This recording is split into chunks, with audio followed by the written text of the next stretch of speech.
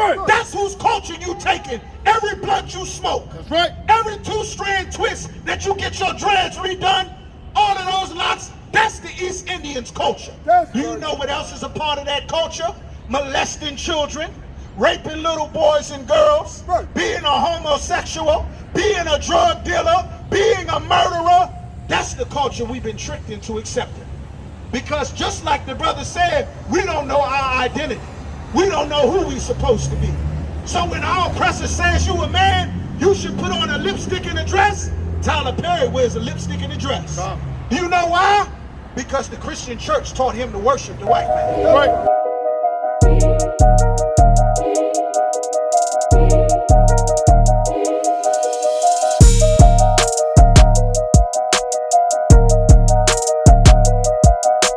They used to say that black people didn't have souls. That's why they treated us. Right. That because of your black skin, you weren't a human being and you couldn't feel pain. Right. That's why they ran experiments on black men in prisons to build all of the allergy medicine. They ran experiments on black women as slaves to develop all of the OBGYN processes that they do now in the hospitals. Right. Everything that they have done, they used our people to justify. Yes. Can I give you one more? Huh? Can I give you one more? Rastafarianism, the worship of the Hindu goddess Shiva with the dreadlocks and their ganja plant, which is where you get that marijuana from. Marijuana does not come from Africa like you've been led to believe. That's right. Marijuana comes from India. You understand? And the worship of the Hindu goddess Shiva revolves around you being a horrible drug addict. Right. Too lazy and too high to wash your own behind. Right. They believed that it was filthy to wash and bathe regularly. That's why if you look up right now, look up the Ganges River in India and see people taking baths in filthy hepatitis infested water. Right. That's whose culture you taking. Every blunt you smoke. That's right. Every two-strand twist that you get your dreads redone, all of those lots, that's the East Indians' culture. You know what else is a part of that culture? Molesting children, raping little boys and girls, being a homosexual, being a drug dealer, being a murderer. That's the culture we've been tricked into accepting. Because just like the brother said, we don't know our identity. We don't know who we're supposed to be. So when our oppressor says you a man, you should put on a lipstick and a dress. Tyler Perry wears a lipstick and a dress. You know why? Because the Christian church taught him to worship the white man. Right. When the Arabs tell you to put on the Muslim man dress, guess what? You gonna put on the Muslim man dress. You know why? Because Louis Farrakhan told you to worship the God of the Arabs. Right. They ran game on you. They ran game. Can I give them one more real quick? If you don't mind. Africa. Africa, Africa.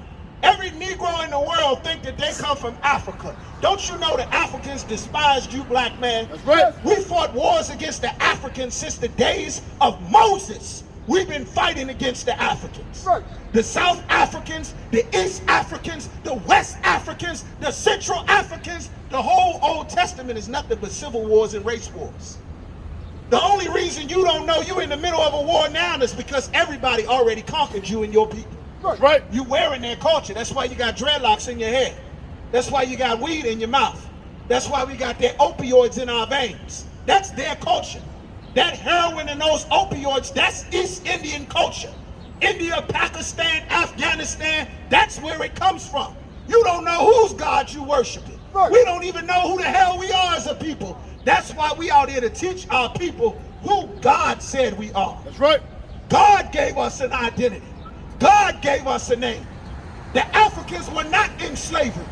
You go and talk to an African right now, you know what that African is going to tell you? Ask him what's his name. And you know what he's going to tell you? He's going to tell you the name of his great-great-grandfather. He's going to tell you the name of his great-great-grandfather. Where did their family come from? What is their language? What is their culture? What food they ate? He ain't never been in slavery. But yet and still you think you an African. Right. Go and ask a black man, what's their name? They're going to give you the name of some Arab who put their people in slavery, the name of a Caucasian who put their people in slavery, the name of an African who put their people in slavery. We don't know who we are. That's why we read out the Bible to show us, man. Our people are filled with the culture of the other nations of people, and that's why they come to America and set up right over the top of us. That's right. Everything. Subway right here. Subway. That's an East Indian-owned business and franchise. How did they set up in Richmond? Richmond was built by slaves. From the cotton, to the crops, to the plantations, all of Virginia was set up as a slave colony. Right. How did the East Indians set up Subway? Name me the black franchise restaurant in Richmond. Name it to me. What's the name of it? Brewster's? How many Brewster's? Where can I go to find the nearest Brewster's? Wall Street. All right. Oh, H-A-L-L? Most High in Christ. That's one. Name me another one. I got a couple of them. I can't name all damn right. I understand, brother. No sweat. The water, brother. Get that brother a hand. Most High in Christ. Now, let me name you the businesses that the other nations of people set up that everybody know. Baskin and Robbins is an East Indian business.